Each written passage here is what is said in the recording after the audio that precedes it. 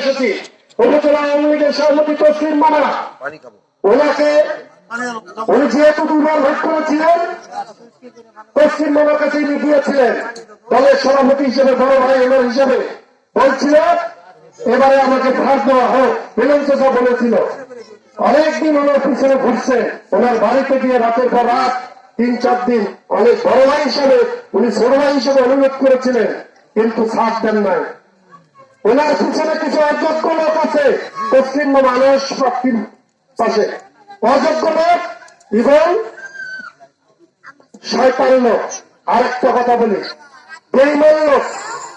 এই বেঈমান লোক এই তসলিম মামাকে খাড়া করে রাখছে। বেঈমান কেন বলবো? এই ইউনিয়নের চেয়ারম্যান বাসার ভাই, একটু ছোট ভাই প্রস্তাবটা পরে বন্ধ করি। ছোট ভাই একটু, আমি কেন বাসারকে বেঈমান বলি? স্পষ্ট কথা, বাসারকে জিজ্ঞাসা করবেন। ওই বাসার চেয়ারম্যানের জন্য আমি দিন রাত 15 দিন দিন রাত ওর ভোট চেয়ে বেড়াচ্ছি, মাঠে ঘাটে, রাত 2টা নাই 3টা নাই সকাল নাই।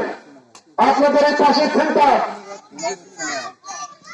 আমাদের যে ডাবমার্কা ছিল না, ডাবমার্কা, ওই সেন্টারে কাউকে আসতে দেয় না ডাবমার্কা প্রার্থী।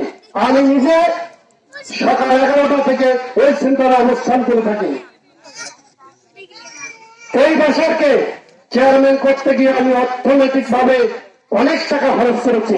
আমি শুধু না, আমি যেহেতু একটা সংগঠন করে যুবলীগ, সমস্ত যুবলীগের নেতৃবৃন্দকে নিয়ে এই বাসারকে চেয়ারম্যান করেছি। বাসারের বাবা কিন্তু কোন চেয়ারম্যান মেম্বার ছিল না, ঠিক কিনা? তাহলে বাসারে কিন্তু উপজেলা ইউনিয়ন আওয়ামী লীগের কোন বড় পদে ছিল না। আশরাফুল ভাই, বিমল কাকার মতো, আমাদের মিন্টু আছে, আরো অনেক নেতা আছে, তাদের মতো কিন্তু পদে হোল্ড করে নাই যে বাসারকে ভোট দিতে হবে, এমন কোন পদও ছিল না। এই বাসারকে আমি দিন রাত খাটিয়া চেয়ারম্যান করছি। আর আমি যখন চেয়ারম্যান প্রার্থী 20 তারিখ পর্যন্ত ছিলাম, তখন কিন্তু এই বাসার রেমো খারাম বেঈমান, সে কিন্তু ওই আনারস মার্কার সাথে কাজ করছে। আনারস মার্কার কাজ করার কারণে আমি মনে করি আমি যে ছেলেটা ভোটের জন্য দাঁড়ালাম, সে আমার পাশে থাকলো না।